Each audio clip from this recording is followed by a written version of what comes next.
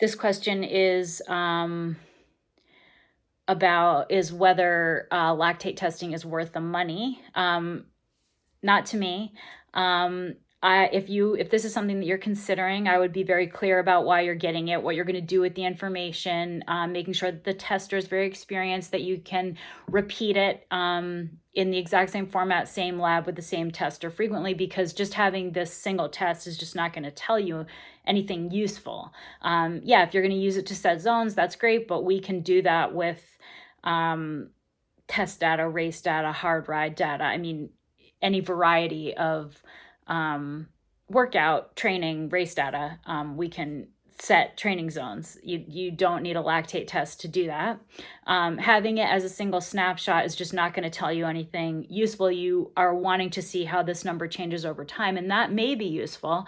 And we may have technology that could be a continuous lactate monitor. We may have that kind of technology soon, and that could be promising, but as a standalone test, it's just not a useful data point. With all training metrics, it is a single data point within a field of many data points, and just getting a single test just isn't going to be useful information aside from that single snapshot.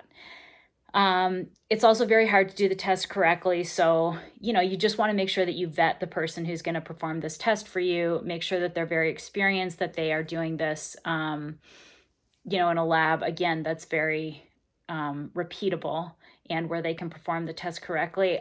My understanding also is that they need to be legally approved because they're getting into HIPAA territory, because now they're being